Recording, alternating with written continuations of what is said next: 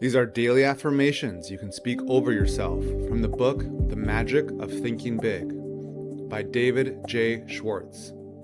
Chapter 1. Believe you can succeed, and you will. I believe I can succeed, not as a wish or a hope, but as a settled conviction that organizes my energy, focuses my attention, and generates the specific actions required to make it real. Belief is the engine of achievement. When I believe I can do something, my mind immediately begins searching for the how. I stop asking, can I? And I start asking, how do I? That question always has an answer. I refuse to let disbelief make my decisions. That voice that says it can't be done is not wisdom, it is smallness. And I have made a deliberate choice to stop listening to it. The size of my success is determined by the size of my belief. I think big goals.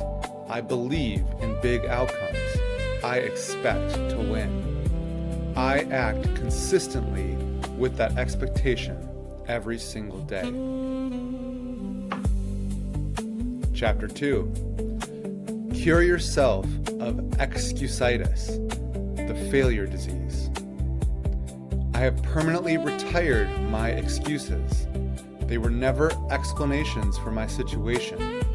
They were agreements with it. I withdraw that agreement completely. I do not blame my health, my age, my intelligence, or my luck for where I am. These are the 4 classic alibis that keep people stuck. I refuse them all. I focus instead on what I can do with what I have right now. Every excuse I stop making creates a vacancy. Into that vacancy comes accountability, clarity, and forward momentum. I make that trade willingly and repeatedly. I vaccinate myself against excusitis. By doing this, every time I catch myself reaching for an excuse, I ask instead, what is the one action I can take right now? And then I take it. Chapter 3. Build confidence and destroy fear. Confidence is not something I was born with or denied. It is something I build through action. Every time I do the thing I fear, I make a deposit into my confidence account. I make those deposits daily. Action cures fear. Not thinking about the action, not planning for the action itself. I move forward what I fear, and I find consistently that the fear was larger in my imagination than in reality. I do not wait until I feel confident to act. I act, and then the confidence follows. That is the sequence. I have stopped reversing it. I take deliberate care of my appearance, my words, my posture. These are not vanities. They are signals I send to myself and to the world. They say I am someone who takes myself seriously. I send that signal intentionally. Chapter 4. How to think big. I have upgraded the size of my thinking. I no longer set goals based on what seems safe or realistic by small standards. I set goals based on what I genuinely want and what is genuinely possible for a person fully committed to achieving it. I use big, positive, expansive language. The words I choose paint pictures in my mind and in the mind of others. I paint pictures of possibility, not pictures of limitation. I look for the biggest, most positive interpretation of every situation. Where small thinkers see obstacles, I ask, what opportunity is embedded here? Where others see problems, I ask, what does this make possible? I refuse to let petty thinkers set the ceiling on my ambitions. The people who tell me something can't be done are almost always people who have never seriously tried. I thank them for their concern, and I keep going. Chapter 5. How to think and dream creatively. I am a creative thinker. Creativity is not an artistic gift. It is a problem-solving posture. It is the willingness to ask, how can I do this better? Instead of accepting the first answer or no answer at all. I believe every problem has a solution. That belief is the beginning of finding it. When I approach a challenge with genuine expectation of resolution, my mind goes to work in ways it never does when I have already decided it's hopeless. I stay open to new ideas from every direction. I listen to people I disagree with. I study fields outside my own. I know that the most useful insight comes from the least expected source, and I stay available to receive it. I ask better questions. How can I improve this? What would the best version of this look like? Who has solved a problem like this before, and what did they do? These questions open doors that declarative thinking keeps closed. Chapter 6. You are what you think you are. I think of myself as an important person, not in arrogance, but in the deep recognition that my life, my work, and my contribution matter. That recognition changes how I carry myself, how I speak, and how I respond, and how others respond to me. I dress, act, and speak like the person I am becoming, not the person my past circumstances would predict, the person my vision and my decision have already established. I live from that identity forward. I refuse to sell myself short. The price tag the world puts on me is almost identical to the one I put on myself. I set that price high, deliberately, and I maintain it consistently. How I think about myself in private is the foundation for everything I build in public. I take my private self-talk seriously. I upgrade it ruthlessly. I speak to myself the way a great coach speaks to a promising player.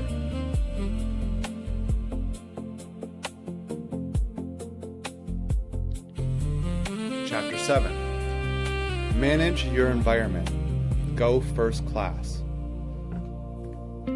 I curate my environment with the same care I would give to any high-stakes investment.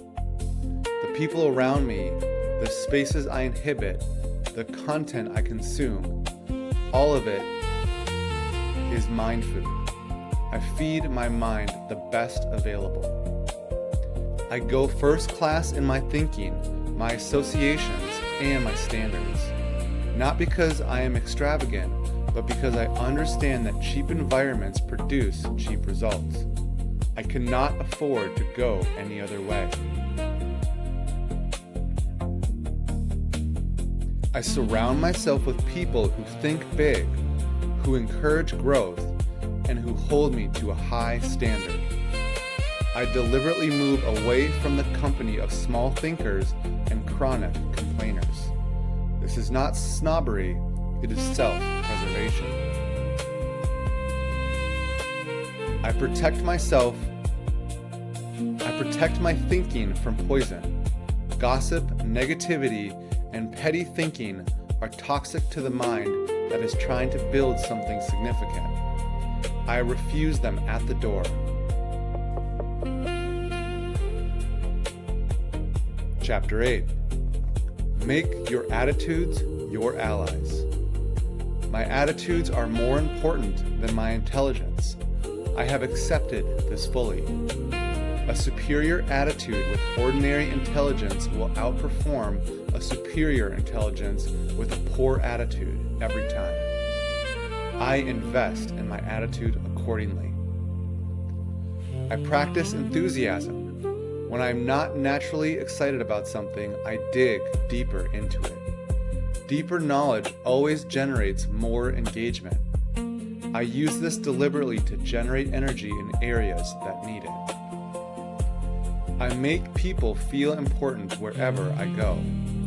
This is not a technique, it is a genuine acknowledgement of what is true. That every person I encounter has dignity and worth that deserves to be recognized. I serve first. The attitude of service, how can I add value here, is the attitude that opens every door. I lead with it in every room, every relationship, and every opportunity.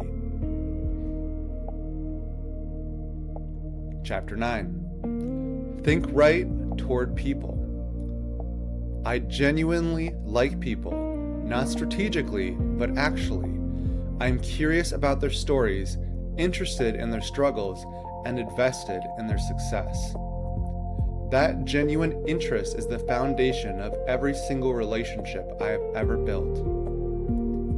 I look for the good in people and I speak to it. When I address someone's strengths rather than their weaknesses, I invite those strengths forward. People rise to the level of belief others hold about them. I hold high beliefs. I practice the extended golden rule. I treat people not only the way I want to be treated, but the way they need to be treated in order to grow. That requires me to pay attention. I do not collect grievances. Resentment is weight I carry alone, and it slows everything down. I release it freely, not for the other person, but for the freedom it returns to me.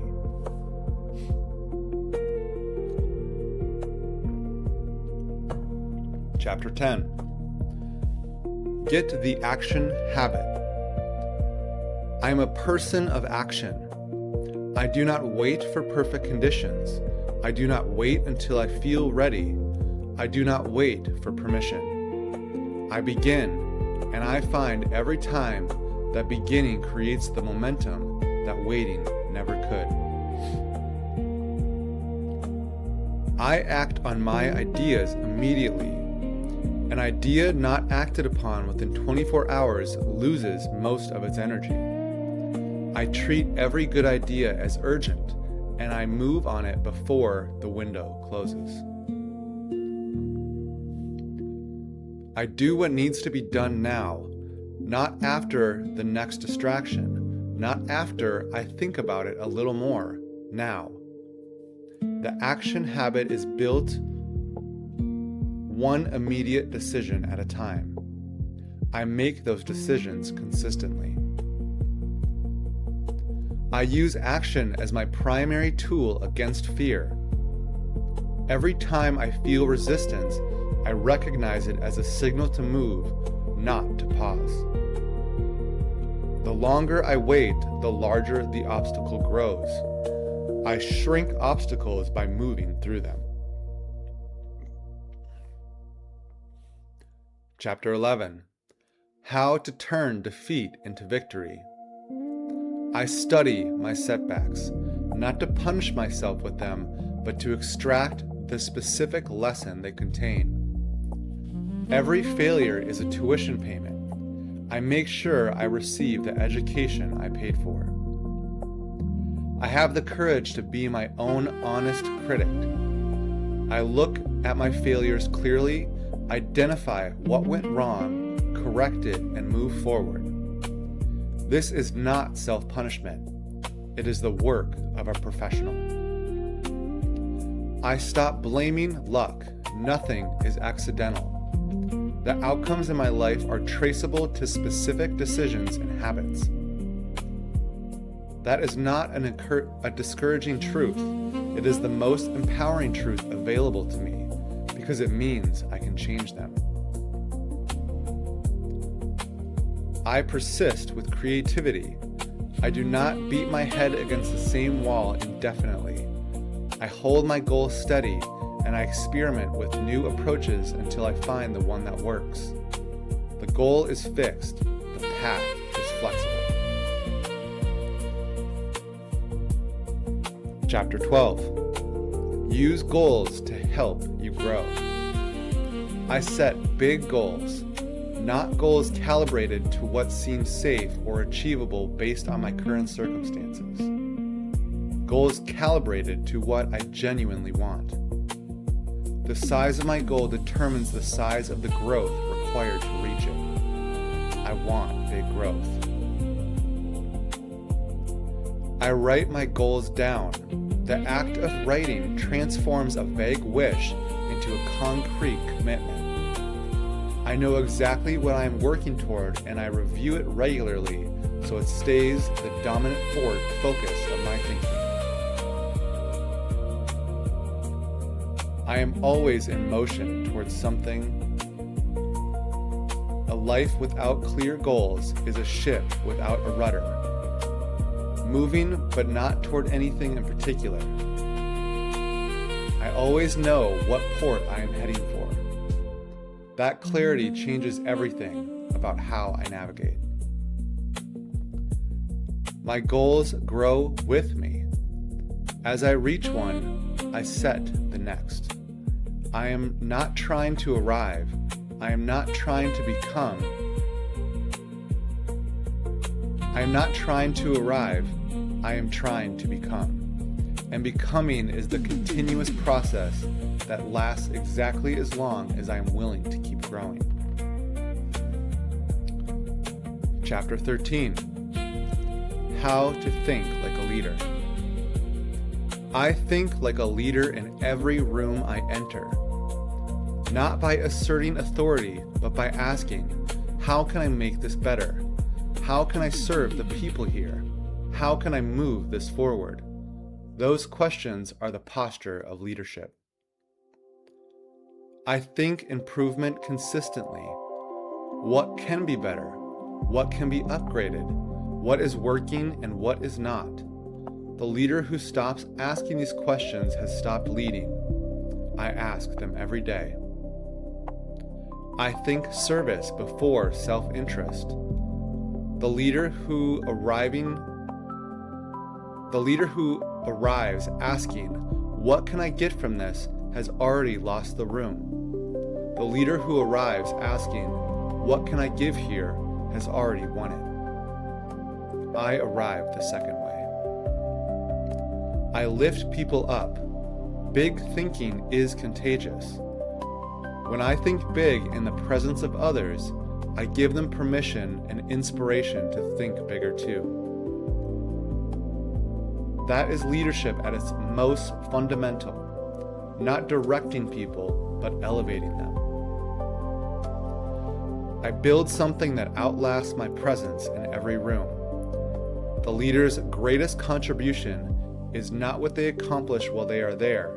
It is the thinking they leave behind when they are gone. I think carefully about what I am leaving. I hope this blesses you. Grace and peace.